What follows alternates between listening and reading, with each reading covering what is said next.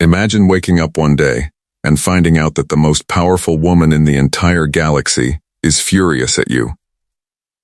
Not because you did something wrong, not because you broke any law, but because her daughter, the royal princess of an alien civilization so advanced it makes Earth look like a kindergarten project, chose you over everyone else.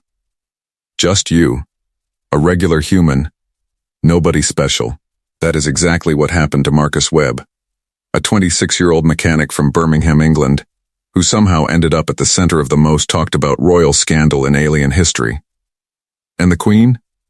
She did not just get angry, she was absolutely furious. But here is the part nobody talks about, the part that will genuinely shock you. Marcus did not go looking for this. He did not try to impress anyone. He did not even know the princess existed until the night she showed up in his ship's cargo bay, cold, exhausted, and completely alone. And when she fell asleep in his arms, everything changed forever. 3 things are going to completely blow your mind in this story. First, the reason the princess ran away from the royal palace will shock you to your core. Second, what the Queen was actually hiding from her own daughter is something even the royal court did not know. And third, the moment Marcus made a choice that no human had ever made before in front of an alien queen, that moment changed the future of 2 entire worlds. This is not just a story about a human and an alien princess. This is a story about trust, about courage, about what happens when the most unexpected person in the universe becomes the only one who truly sees you. Let me show you exactly how this happened. Marcus Webb had never planned to leave Earth. He was a mechanic. A good one, but still just a mechanic. He grew up in a small house in Birmingham, England, with his mum, his younger sister Lily, and a dog named Biscuit who barked at everything including the wind. Marcus liked simple things. Tea in the morning, football on Saturday, fixing things that were broken. He had a gift for that last part. If something was broken, Marcus could figure out why. Every single time. His hands just knew what to do. When the Global Human Expansion Program launched in 2089, Marcus did not sign up because he wanted adventure. He signed up because the pay was good. Really good. The GEP needed engineers and mechanics to maintain the deep space trade vessels that now carried goods between Earth colonies and several peaceful alien civilizations. Marcus applied on a Tuesday afternoon. By Thursday, he had a contract. By the following month, he was assigned to a mid-range cargo freighter called the Albion Star. The Albion Star was not a glamorous ship. It was wide, heavy, and smelled faintly of engine oil and recycled air. But it worked, and Marcus made sure it kept working. His job was simple: maintain the engines, fix anything that broke, keep the ship flying. That was it. He was not a soldier. He was not a diplomat. He was not trained in alien relations or interstellar politics. He was just a mechanic from Birmingham who was very good at his job. The Albion Star operated mostly along the outer trade routes near the Valurian system. The Valurians were one of the oldest alien civilizations humanity had made contact with. They were tall, elegant, incredibly intelligent. Their skin ranged from deep blue to soft silver, and their eyes glowed faintly in low light, like distant stars caught behind glass. They were not warm people, not unfriendly exactly, but formal, reserved. They had rules for everything, especially for interactions with humans. Humans were newer to space, younger as a civilization, and the Valurians never let anyone forget that. Marcus had met a few Valurians at trade stations. They always looked at him the same way. Politely, carefully, like he was something interesting but not quite important enough to take seriously. He did not take it personally. He just did his job and kept his head down. The night everything changed started like any other night.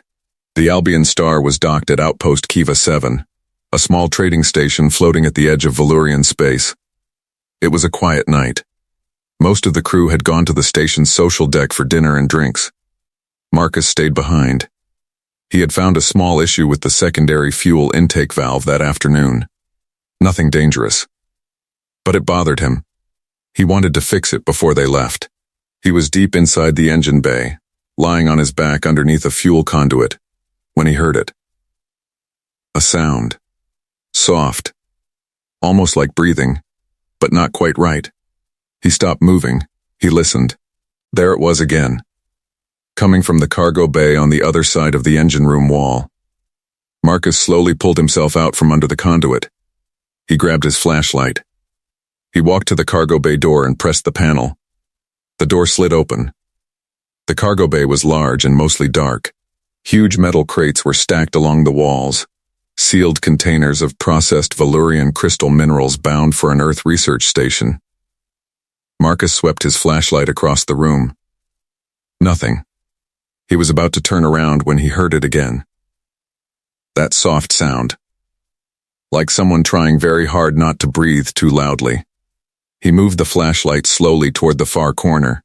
Between two large crates, half hidden in shadow, something was curled up on the floor. Marcus stepped closer. And then, he stopped. It was a girl. A Valyrian girl. Young. Maybe 16 or 17 by human standards. Though with Valyrians it was always hard to tell. She had silver blue skin and long dark hair that pooled around her on the cold floor. She was wearing a thick dark cloak, but underneath it, Marcus could see that her clothes were torn at the sleeve and there was a faint bruise along her left forearm. Her eyes were open, wide, watching him with an expression that was equal parts fear and exhaustion.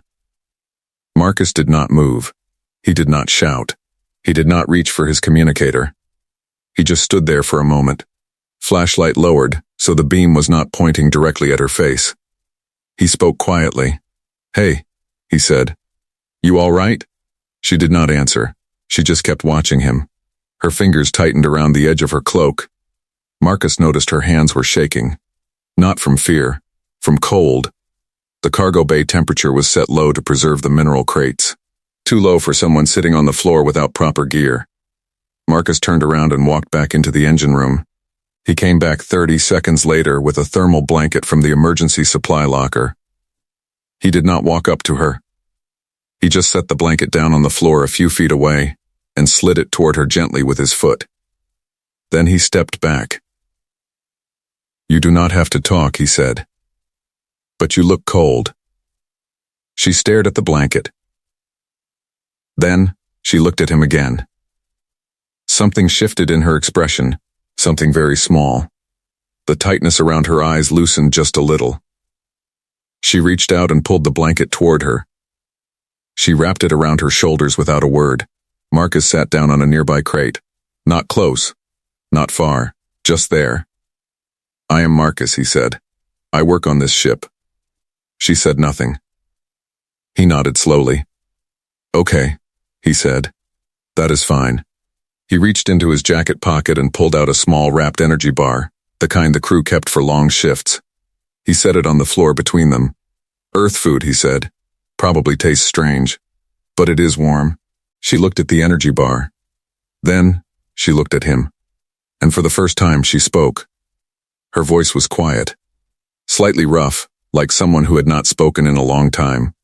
"You are not going to report me," she said. It was not a question.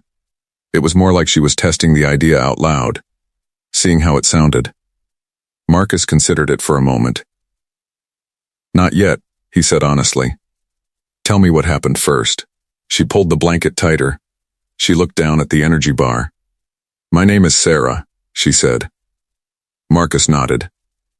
"Okay, Sarah," he said. "What are you doing in my cargo bay?" She was quiet for a long moment. The hum of the ship's engines filled the silence between them. Then she looked up. Her eyes glowed faintly in the dark, soft violet light, like the last few minutes of a sunset. "I am running away," she said. Marcus did not react with shock. He did not lecture her. He just nodded once, slowly the way someone does when they are actually listening. "Running away from what?" he asked. Sarah looked at him for a long moment, like she was deciding something important, like she was weighing whether he was the kind of person who could be trusted with a heavy answer. Whatever she saw in his face seemed to be enough. She took a slow breath. "From the palace," she said quietly. "From my mother." Marcus kept his expression steady. But inside, something clicked into place. The palace. There was only one palace in this region of Valyrian space. Only one palace that mattered. He looked at the girl sitting on the floor of his cargo bay, wrapped in an emergency thermal blanket, eating an earth energy bar, shaking slightly from cold and exhaustion, and he thought about the name. Sarah. He had heard that name once before. At a trade briefing 3 months ago, the captain had mentioned it casually, almost as a footnote. Saravel, princess of the Valyrian royal house, only daughter of Queen Valdravel, the most powerful ruler in the entire Valyrian system. Marcus looked at the girl again.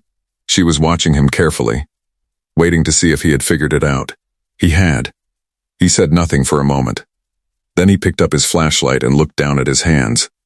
Okay, he said quietly. Sarah blinked. Okay.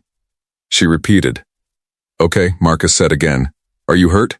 She looked down at her arm. Not badly, she said. Are you in immediate danger right now? She thought about it. Not at this exact moment, she said. Marcus nodded. Then here is what we are going to do, he said. You are going to finish that energy bar. I am going to get you something warm to drink. And then you are going to tell me the whole story. Sarah stared at him. That is it? She said. You are not going to contact the royal guard? You are not going to turn me in? Marcus stood up and stretched his back. I am a mechanic, he said simply. Not a guard. Not a politician. And right now, you are a cold kid sitting on the floor of my ship. He walked toward the door. Then he paused and looked back at her over his shoulder. Also, he added, if I turned in every stowaway I ever found, I would have spent the last 3 years doing nothing else. He disappeared through the door. Sarah sat alone in the quiet cargo bay. She looked down at the energy bar in her hands.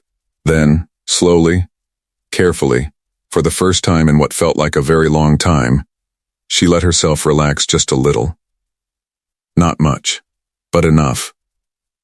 When Marcus came back 10 minutes later with 2 cups of warm liquid from the crew kitchen, Sarah was still sitting in the same spot. But she had pulled her knees up to her chest and wrapped the blanket more tightly around herself. And she was asleep. Just like that, peacefully, like she had simply decided, in the space of 10 quiet minutes, that this was a safe place. Marcus stood in the doorway. He looked at the sleeping princess. He looked at the 2 cups of warm liquid in his hands. He looked at the vast dark silence of space visible through the small porthole window above the crates. Then he set 1 cup down gently on the floor beside her. He sat back down on the nearby crate. And he stayed there, watching the door, making sure nobody came in. A mechanic from Birmingham, keeping watch over the princess of an alien empire. He had no idea yet. No idea at all. That by morning, everything in his life, and hers, would be completely and permanently different. And that somewhere across the dark and glittering expanse of Valyrian space, a queen was already awake. Already searching. Already furious. Sarah woke up slowly. Her eyes opened and she stared at the ceiling of the cargo bay for a long moment. Then she remembered where she was. She sat up quickly. The thermal blanket fell from her shoulders. She looked around. Marcus was still there, sitting on the same crate. His head was tilted back slightly against the wall. His eyes were closed. He had fallen asleep at some point during the night, but he was sitting upright, like someone who had only allowed himself to rest while still staying on guard. Sarah studied him. Humans were strange to her.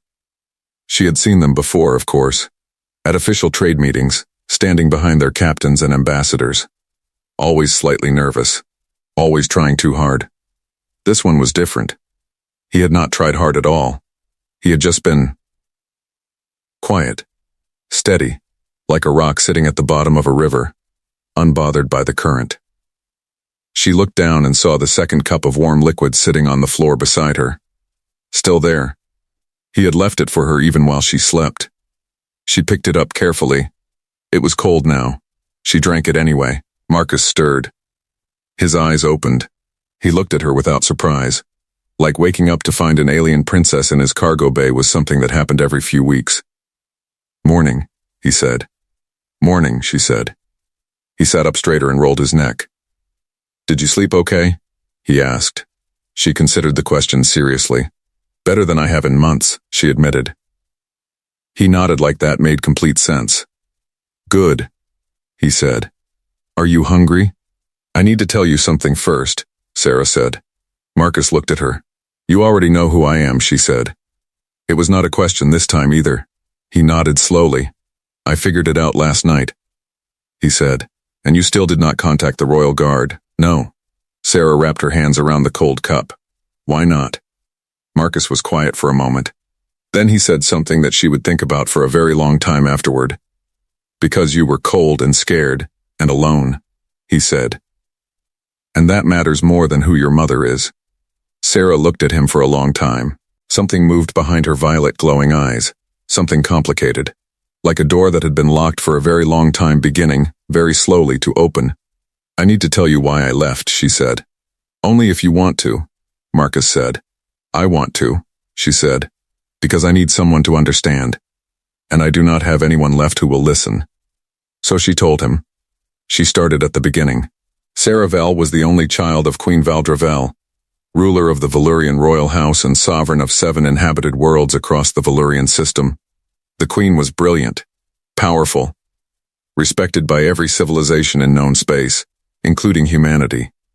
She was also deeply, completely controlling. Every moment of Sarah's life had been planned.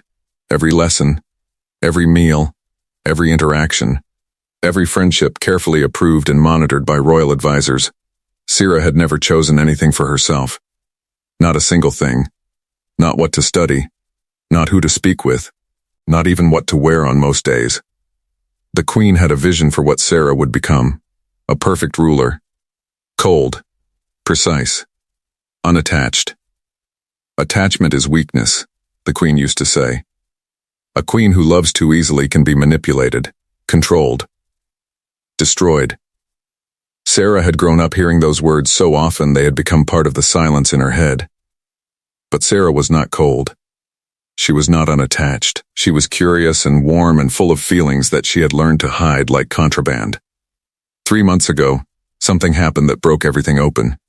Sarah had secretly been communicating with a young Valyrian scholar named Kyle, a boy her age who worked in the royal library. They had not been romantic. They were just friends. Real friends. The kind where you say what you actually think and the other person does not report it to your mother. When the queen found out, she did not punish Sarah directly. She removed Kyle, transferred him to a research post on the furthest inhabited moon in the system. No goodbye. No explanation given to Sarah. He was simply gone one morning. And when Sarah went to the queen and asked why, the queen looked at her with calm, measured eyes, and said something that Sarah had not been able to stop hearing since. Because you were becoming someone I did not design, the queen said. And I cannot allow that. I cannot allow that. Not I was worried about you. Not I love you and I am afraid. I cannot allow that. Like Sarah was not a daughter, like she was a project. A design. Something to be built and maintained according to a blueprint. That night, Sarah had made her decision. She packed what she could carry. She slipped past the Royal Guard using a maintenance tunnel she had discovered years ago during a childhood game. She made it to the trade outpost at Kiva 7 in a small automated transport pod. She had no plan beyond that. She just knew she had to get out. And the Albion Star had been the first ship she found with an unlocked cargo access panel. Marcus listened to all of it without interrupting. When she finished, the cargo bay was very quiet. He looked at his hands for a moment. Then he looked at her. She said she cannot allow that, he repeated. Yes, Sarah said. Not she was afraid of losing you. No. Not she missed you. Never. Marcus nodded slowly. That is a hard thing to hear from your mother, he said. Sarah looked at the floor. I stopped expecting warmth a long time ago, she said. I just did not expect to feel like a machine. You are not a machine, Marcus said. The words were simple, plain, no decoration around them. But Sarah felt them hit something deep inside her chest, like they were exactly the right words for a wound she had been carrying so long, she had almost forgotten it was there. She looked up at him. You do not know me, she said. I know you picked up that energy bar with both hands because you were too hungry to be cautious, he said. I know you fell asleep in a cold cargo bay, and it was the best sleep you had in months. I know that when you woke up you did not run. You stayed, and you chose to tell the truth. He met her eyes. Machines do not do those things, he said. Sarah opened her mouth, then closed it, then looked away quickly. Because something strange was happening behind her eyes. Something wet. Something she absolutely refused to let happen in front of a human mechanic she had only just met. She pressed her lips together hard and focused on a scratch in the metal floor. Marcus, to his credit, looked away too. He gave her that. Space. Quiet. No pressure. After a moment, he stood up. I need to check something on the engines, he said casually. You should come with me. It is warmer in the engine room, and I have real food in the crew kitchen. Sarah blinked. She looked up at him. You are inviting me deeper into your ship, she said slowly. Not toward the exit. Deeper in. I am, Marcus confirmed. Why? He paused at the door and looked back at her. Because the exit leads back to that outpost, he said. And that outpost is the first place the Royal Guard is going to look. Sarah froze. They are coming? She said. They were always coming, Marcus said quietly. The question is how much time we have. He pushed the door open. So come on then, he said. Let us figure out what to do. Sarah stood up. She folded the thermal blanket neatly, a small automatic gesture, the habit of someone raised in a palace, and set it on top of the crate. Then she followed him. And as she walked through the door into the warm humming glow of the engine room, she realized something strange. For the first time in a very long time, she was making a choice. A real one. Nobody approved it. Nobody designed it. Nobody allowed it. It was just hers, and it felt, against all logic, like breathing after a long time underwater. What neither of them knew yet was that at that exact moment, two things were happening simultaneously. On one side of the Valurian system, the Royal Guard had already been deployed. 12 ships. Armed, moving fast.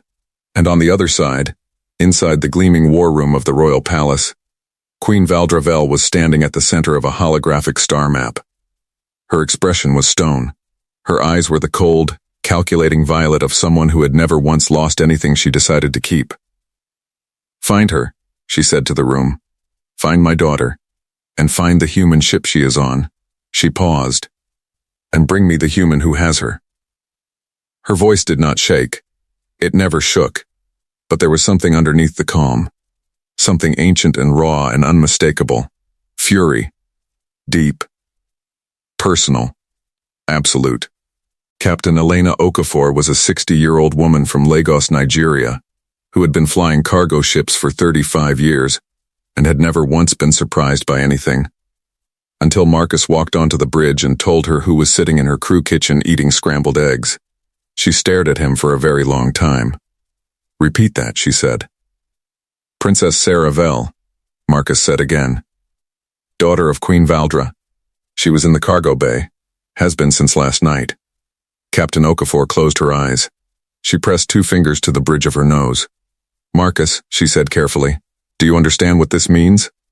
Probably trouble, he said. Not probably, she said. Definitely. Immediately. Catastrophically. She turned to her communications officer. Scan for Valurian military frequencies, she said.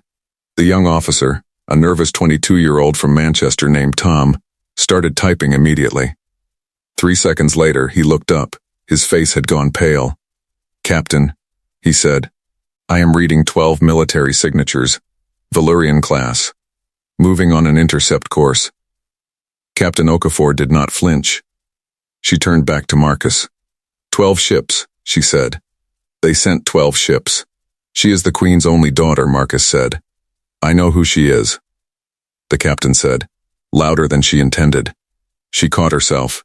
She breathed. She looked at the star map. 12 Valurian military vessels. The Albion Star was a cargo freighter. No weapons. Minimal shielding. There was no version of this that involved outrunning or outfighting them. We have to contact the Queen directly, Captain Okafor said. And say what? Marcus asked. That we found her daughter, that she is safe, that we are cooperating fully and we had no knowledge. She will still board the ship, Marcus said. Yes, the captain agreed. But maybe she will not destroy it. Marcus was quiet for a moment. What happens to Sarah when they take her back? Captain Okafor looked at him. Her expression shifted just slightly. That is not our concern, she said. But her voice was not fully convinced of the words. She ran away for a reason, Marcus said. A real one. Many people run away for real reasons, the captain said. That does not mean we get to make interstellar diplomatic decisions based on them. Marcus said nothing. But he did not move toward the door either. Captain Okafor studied him for a moment. What exactly happened last night, Marcus? She asked. He told her. All of it. The sound in the cargo bay. The girl on the floor. The blanket. The energy bar. The conversation. What Sarah had told him about KL. What the Queen had said. I cannot allow that. When he finished, Captain Okafor was quiet for a long moment. She turned back to the star map. The 12 green dots were getting closer. She had about 40 minutes before they would be within hailing distance. She is just a kid, Marcus said quietly. She is the crown princess of a civilization that controls 7 worlds and has the most powerful military fleet in this sector, the captain said. She is also a 16-year-old girl who has never been allowed to choose anything for herself, Marcus said. Another silence. Captain Okafor turned to face him fully. She had a look on her face that Marcus recognized. He had seen it before when she was calculating something difficult. Weighing variables. Running scenarios. If we hand her back without conditions, the captain said slowly, we have done our duty. We get home safe. And we never get another trade contract in Valyrian space again, because we will have been the crew that let the princess hide on our ship for a full night without reporting it. If we try to negotiate conditions, Marcus said, we are getting into politics we are not qualified for. Yes, the captain agreed. But if Sarah asks to speak for herself, Marcus said carefully, if she makes her own request to the Queen, not us, her, then it is not us interfering. It is the princess exercising her voice. Captain Okafor looked at him, a long, measuring look. That is surprisingly sophisticated thinking for a mechanic, she said. I fix things, Marcus said. I figure out what the actual problem is first. The captain almost smiled. Almost. Get the princess, she said. Bring her here. Marcus turned and walked off the bridge. He was gone for 4 minutes. When he came back, Sarah was with him. She had washed her face and straightened her dark cloak. She stood in the doorway of the bridge and looked at the star map, at the 12 moving green dots. She did not look afraid. She looked tired and determined. Captain Okafor studied her for a moment. Princess Sarah, she said. Just Sarah, the girl said. The captain nodded. Sarah, those are your mother's ships. They will reach us in approximately 37 minutes. I know, Sarah said. I need to know what you want to do, the captain said. Sarah looked at the star map, at the 12 green dots closing in from across the dark.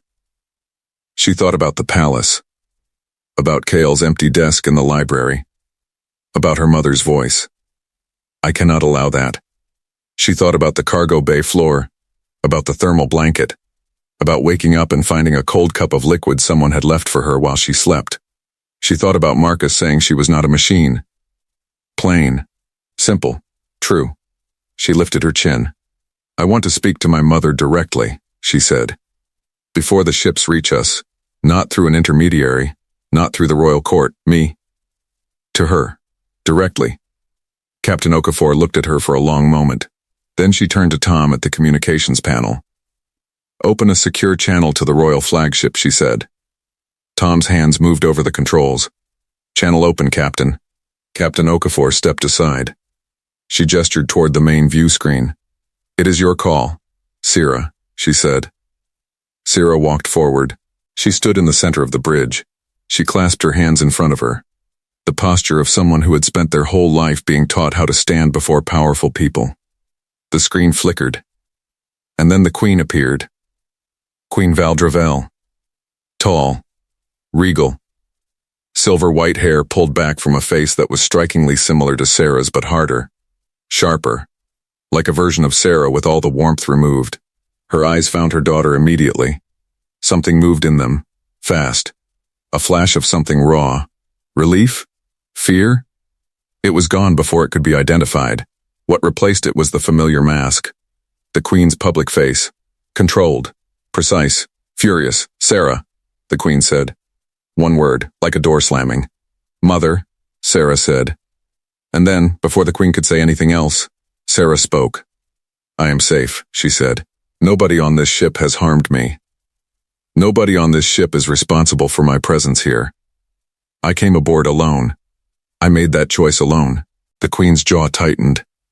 You will return home, the Queen said. Immediately.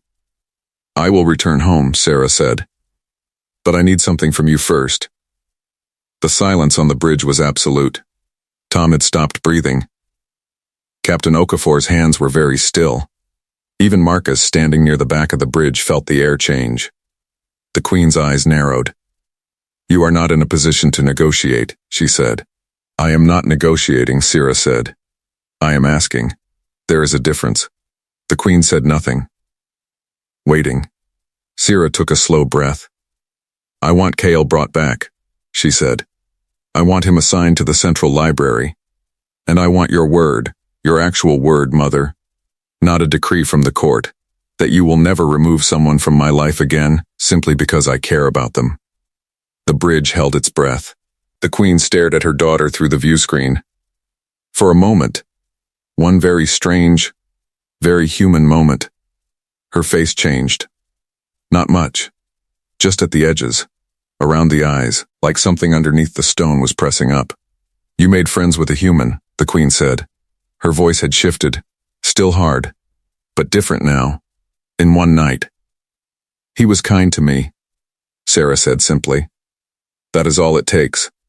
The Queen's gaze moved, past Sarah, across the bridge, finding Marcus at the back. He met her eyes. He did not look away. He did not bow. He just looked back at her steadily, the way he looked at everything. The Queen studied him for a long moment, and in that moment, something passed between them. Not words, not diplomacy, just two people seeing each other clearly across a very large distance. The Queen looked back at her daughter. Come home, she said. Her voice was different. Not soft. The Queen did not do soft. But different. We will talk, she said. Properly.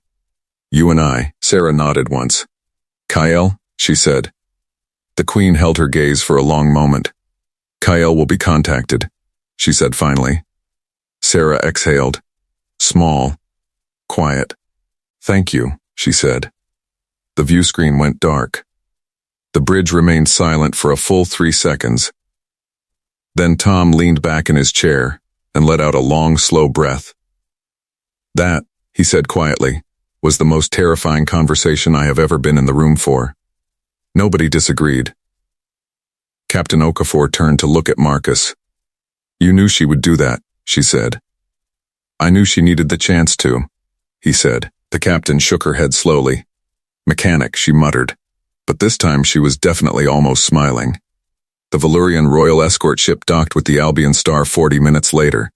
The docking corridor filled with silver-armored royal guards, tall, expressionless, holding long ceremonial staffs that were very clearly also weapons. Captain Okafor stood at the front of the Albion Star delegation. Small crew, professional, every person standing straight. Marcus stood near the back. He had cleaned up as best he could, changed his shirt, run water over his face. He still looked like what he was, a mechanic. In a corridor full of alien royal guards, he was absolutely the least impressive person in the room. He knew it. He did not particularly care. The guards parted, and the Queen walked in. In person, Queen Valdravel was even more striking than on the view screen. She was very tall. Her silver white hair flowed over her shoulders. Her robes were deep blue black, shot through with silver thread that caught the corridor lights. She moved like someone who had never once questioned whether a room was hers. Because it always was. Her eyes swept the corridor once. They found Marcus almost immediately. Then they moved to Captain Okafor. "Captain," she said. "Your Majesty," the captain replied. "Welcome aboard the Albion Star. Your daughter is safe and well." "I know," the Queen said. "I would like to see her." "Of course," Captain Okafor said. "If I may, the crew kitchen is this way." The Queen's expression flickered slightly. "The crew kitchen," she repeated. "Yes, Your Majesty." A pause.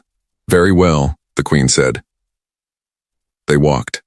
Guards, captain, Queen, crew, down the utilitarian corridors of the Albion Star, bare metal walls, cable runs along the ceiling, the faint smell of engine oil that never quite went away no matter how much Marcus cleaned. The crew kitchen was small, functional, a table bolted to the floor, 6 chairs, a food processor on the counter, a small porthole window showing stars. Sarah was sitting at the table. She had a mug in her hands. She looked up when the Queen entered. The two of them looked at each other. The guards stopped at the doorway. Everyone stopped. The Queen walked in alone. She looked at the mug in Sarah's hands. "What are you drinking?" she asked. It was not the first question anyone expected. "Tea," Sarah said. "Earth tea. Marcus showed me how to make it." The Queen looked at the mug. Then she sat down, across from her daughter, in a bolted-down crew kitchen chair, on a human cargo freighter. She folded her hands on the table. "You scared me," she said. Sarah blinked. Of all the things she had expected from her mother, that was not on the list. "You scared me," the Queen said again. "When I realized you were gone." Her voice was still controlled, still precise, but there was something underneath it now, something that had not been there on the view screen. "I did not think you would be afraid," Sarah said quietly. "I thought you would be angry." "I am angry," the Queen said. "I am both." Sarah looked at her. "Why?" she asked. "You said I was a design. Something you built. Designs do not scare you when they leave. They just need to be recovered." The Queen was quiet for a long moment. Her hands, folded on the table, tightened slightly. "I said something I did not mean," she said finally. Sarah stared at her. "You never say things you do not mean," she said. "I said something I did not fully mean," the Queen corrected. "I meant that I was afraid of what you were becoming. A person with a friend? A person who could be hurt," the Queen said. The words fell into the room like something heavy. The crew kitchen was very quiet. "I know what it is to love someone and lose them," the Queen said. Her voice was quieter now. Still steady, but quieter. "Your father?" She stopped. She pressed her lips together. She looked at her hands. "Attachment is not weakness," Sarah said slowly. "Is it?" "No," the Queen admitted. "It is not. It is terrifying, and I was trying to protect you from that terror." "By taking away everything I was allowed to care about," Sarah said. "Yes," the Queen said. "One word. Plain. Like Marcus's words. True." Sarah looked at her mother for a long time. The Queen looked back. Between them, across the small bolted-down table in the crew kitchen of a human cargo freighter, something shifted. Not everything. Not suddenly. Not with music and light. Just a small thing. A door opening, just slightly. The way doors actually open between people who have not spoken in a very long time. Outside in the corridor, Marcus leaned against the wall. He could not hear what was being said. He was not trying to. He was just there, in case he was needed. One of the royal guards looked at him. The guard was at least a head taller than Marcus. Silver-skinned, eyes like polished obsidian.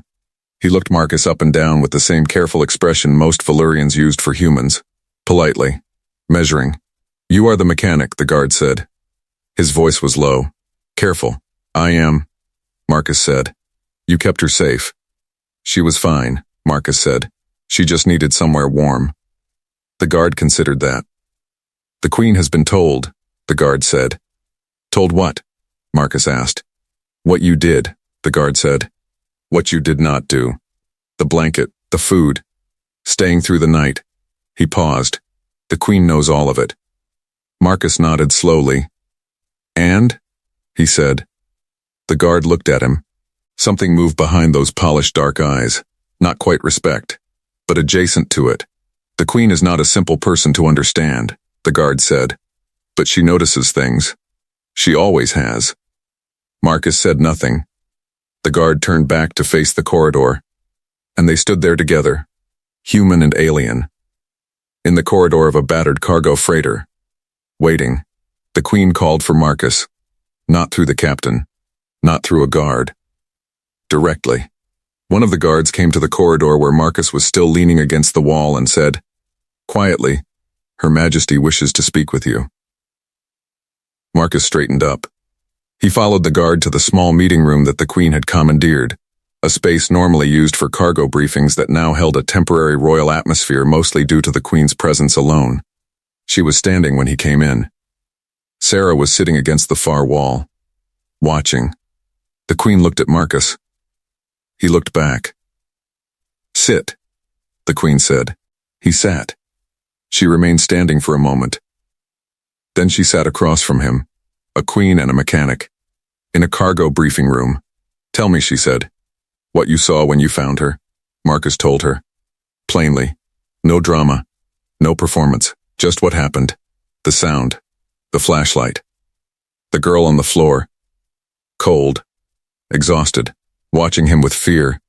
And something else underneath it. The Queen listened. She asked no questions while he spoke. When he finished, she was quiet. "Why the blanket first?" she asked. Marcus looked at her. She was cold, he said. "Why not the communicator first?" the Queen asked. "Report the stowaway." "That is procedure." "It is," Marcus agreed. But she was cold right now and the communicator could wait 30 seconds. The Queen looked at him steadily. "Most people," she said, "meeting a member of my family unannounced would think first of the political situation. I am a mechanic," Marcus said, "not a politician. I think about what is in front of me." "And what was in front of you," the Queen said, "was a cold girl on a floor." "Yes," he said. Another silence. The Queen looked at her hands, then back at him. "She trusts you," the Queen said, "after one night. That is unusual for her. She does not trust easily. She paused. "I am partly responsible for that." Marcus said nothing. "She is like me in many ways," the Queen continued. "More than she knows. More than I have ever told her." She stopped again. "That is also my fault." Marcus watched her. She was not asking for his opinion. She was not asking for his comfort. She was just saying true things out loud. Maybe because this room was neutral. Maybe because he was neutral. A human mechanic from Birmingham, with no political stake in anything. "She asked you to bring back someone named Kyle," Marcus said carefully. "Yes," the Queen said. "Are you going to?" he asked. The Queen looked at him for a long moment. "You ask direct questions," she said. "I find it saves time," he said. Something moved at the corners of the Queen's mouth.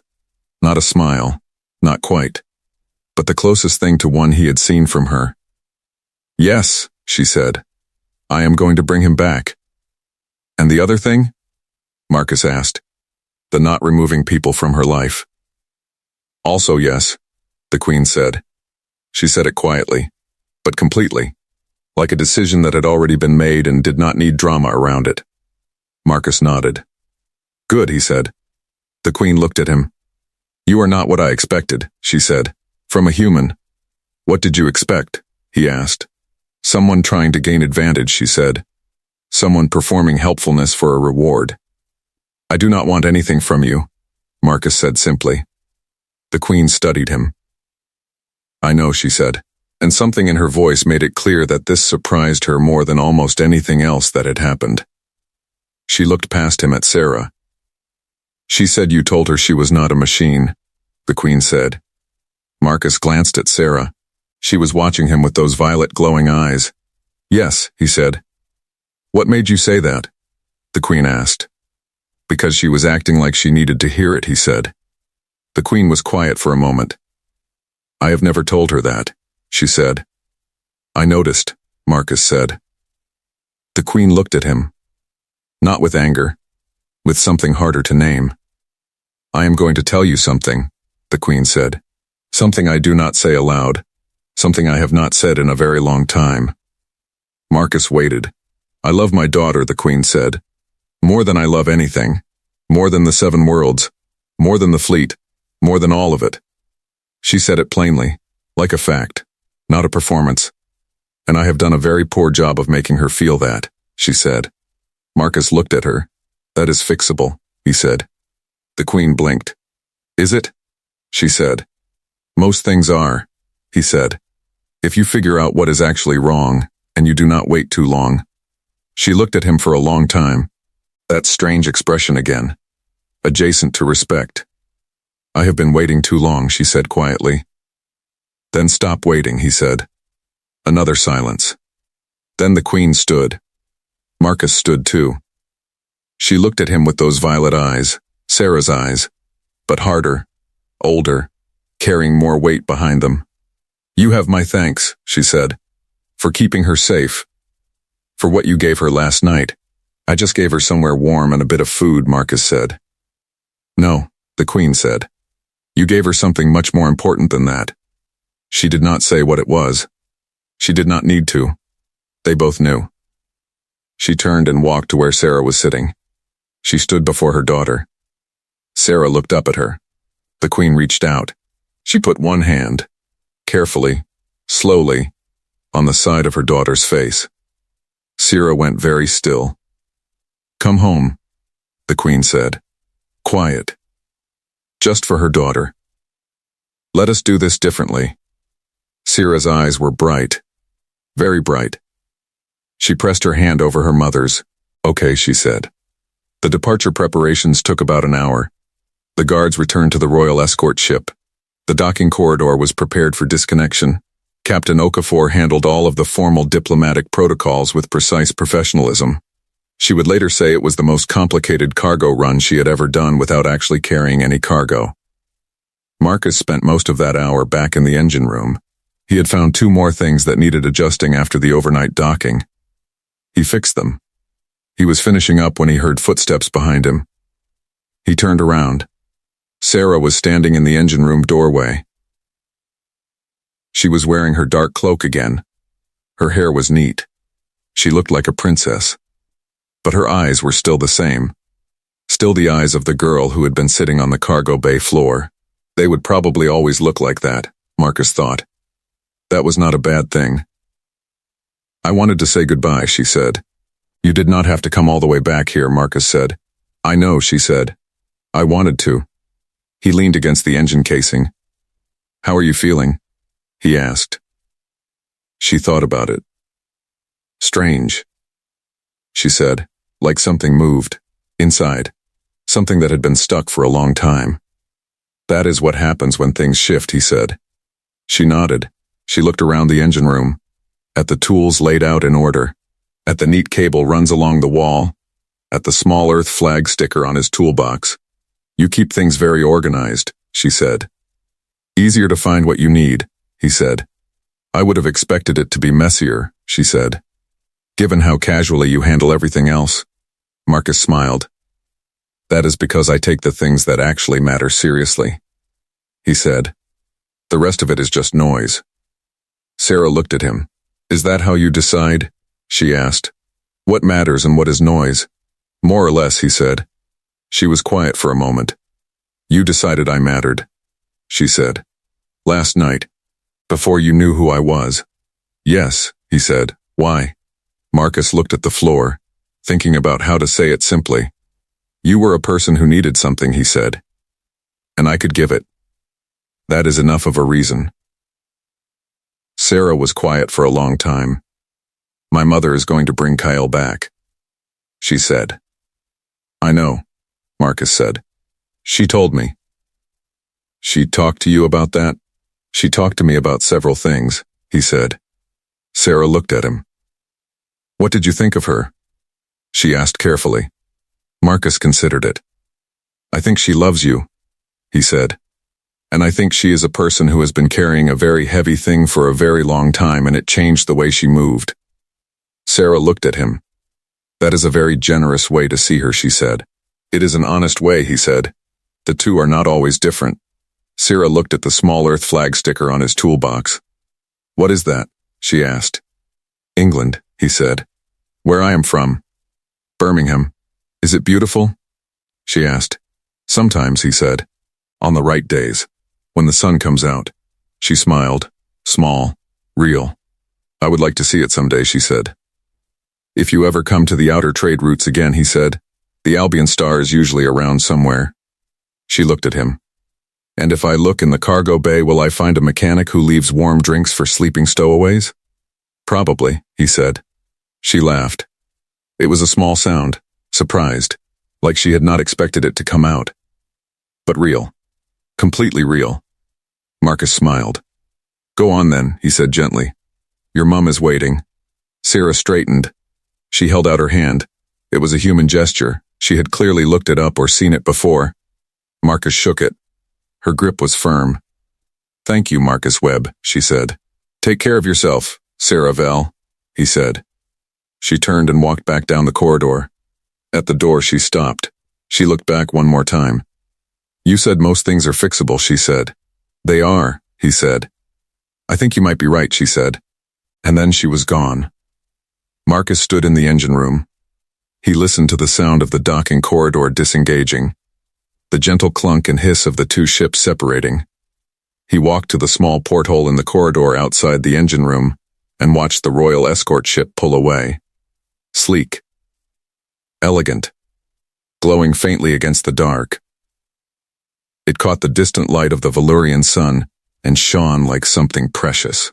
Marcus watched it until it was a point of light among all the other points of light. And then it was gone. He stood there for another moment. Then he went back to the engine room. He had things to fix. He always did. But something was different now. Something small. Something he could not quite name. It felt a bit like the day his sister Lily had learned to ride her bike. The moment the wobbling stopped and she just went. Free and fast and laughing. And Marcus had stood at the end of the street watching her, and felt something warm and quiet and completely unexplainable in his chest. He felt that now. He picked up his tools. He got back to work. And 3 weeks later, when the Albion Star docked at the central trade hub of the Valyrian system for its quarterly run, there was a message waiting for Marcus. Official seal. Royal House of Vell. Inside was a single line of text. No greeting. No formal header. Just words. In plain, simple language. As if written by someone who had recently learned that plain, simple language was sometimes the most powerful kind. It said, he is back.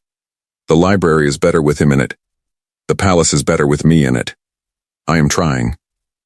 Marcus read it twice. Then he folded it carefully. He put it in his jacket pocket. He went back to work. But he was smiling. The kind of smile that does not need an audience.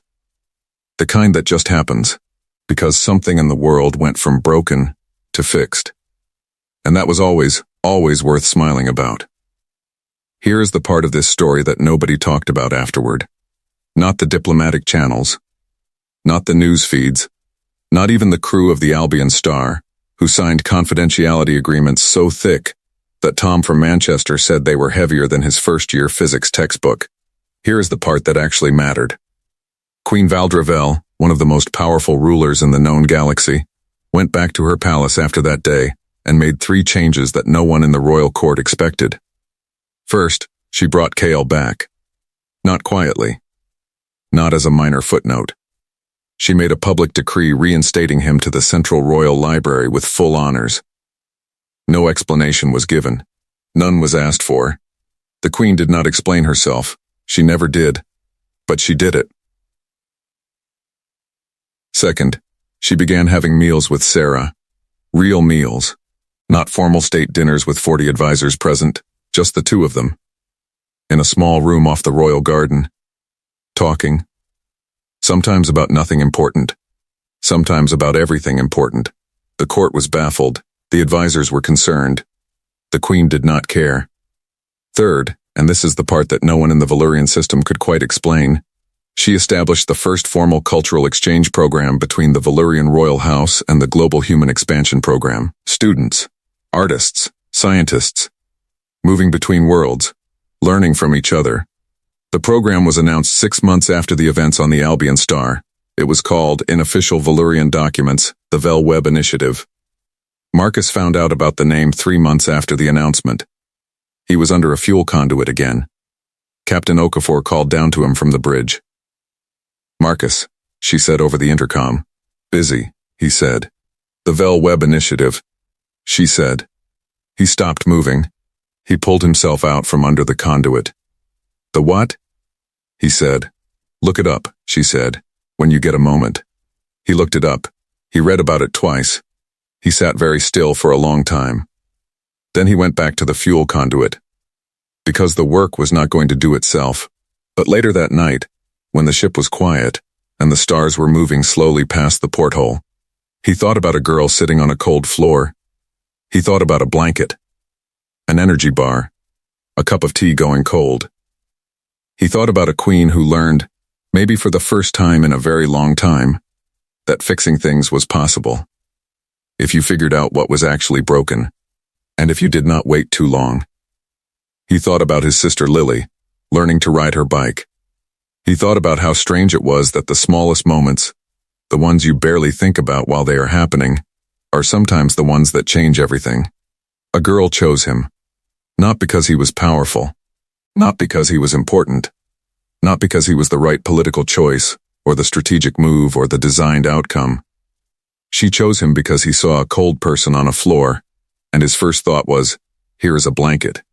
And somehow, that simple thing, that completely ordinary human thing, had started something extraordinary. Here is the truth this story keeps pointing at. The universe is full of power, full of queens and fleets, and 7 world empires and military ships and royal courts, and ancient civilizations with rules for everything. And sometimes, right in the middle of all of that, what changes the world is not a weapon. It is not a treaty. It is not a carefully designed diplomatic maneuver. It is a blanket. It is a cup of tea left beside someone while they sleep. It is saying, plainly, simply, without decoration, you are not a machine. Because here is what Marcus understood without ever being taught it. People, human, alien, royal, ordinary, people just need to be seen, really seen, not assessed, not managed, not designed, seen. And the person who does that, the quiet, steady, ordinary person who just does that simple thing, that person changes more than they will ever know. Marcus Webb changed 2 worlds. He did it with a blanket and an energy bar, and 1 night of just being there. And that is the story of Marcus Webb, a mechanic from Birmingham, who changed 2 worlds with a blanket and an energy bar. Let us take just a moment to look at what actually happened here. Because there are 3 things in this story that are worth carrying with you long after this video ends. First, the most powerful people in the room are not always the ones who look powerful.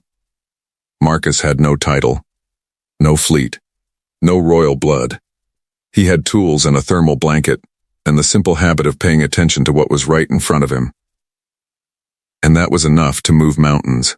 Second, being seen is one of the most powerful things one person can give another. Sarah did not need rescuing. She did not need a hero. She needed one person to look at her and say, "You matter, right now, exactly as you are." Marcus did that without thinking twice, and it changed everything. Third, it is never too late to fix what is broken between people you love. The Queen had years of walls built up, years of control and distance and fear dressed up as wisdom, and in one afternoon in a bolted-down crew kitchen on a human cargo freighter, something shifted. Not perfectly, not all at once, but enough, because she finally stopped waiting. 3 things. Simple, true, worth remembering. Now here is something we want to ask you directly. If this story connected with you, if something in it hit close to home, drop a comment below right now and tell us this. Who is the person in your life who saw you, really saw you, during a moment when you felt invisible? It might be a parent, a friend, a stranger on a bad day, someone who said exactly the right thing without knowing how much you needed it. Tell us in the comments. We read every single one. And we promise you, reading those comments is one of the best parts of running this channel. If you made it all the way to this point, genuinely, thank you. You just spent real time with this story. That means something to us. If this video moved you, entertained you, or made you think about something differently, please hit the like button right now. It takes 1 second. But it helps this story reach someone else who might need it today. Someone sitting somewhere feeling like a machine. Someone who just needs to hear, plainly, simply, that they are not. Your like makes that possible. And if you are not subscribed yet, what are you waiting for? Hit that subscribe button and the bell icon right beside it. Every week we bring you stories just like this one. Hef-fi science fiction. Human beings doing extraordinary things in extraordinary places, sometimes with weapons and armies, sometimes with a blanket and a cup of tea. Always with heart. Always with meaning. This is the channel for people who believe that humanity, ordinary, messy, stubborn, warm humanity, is worth rooting for. If that sounds like you, you are in the right place.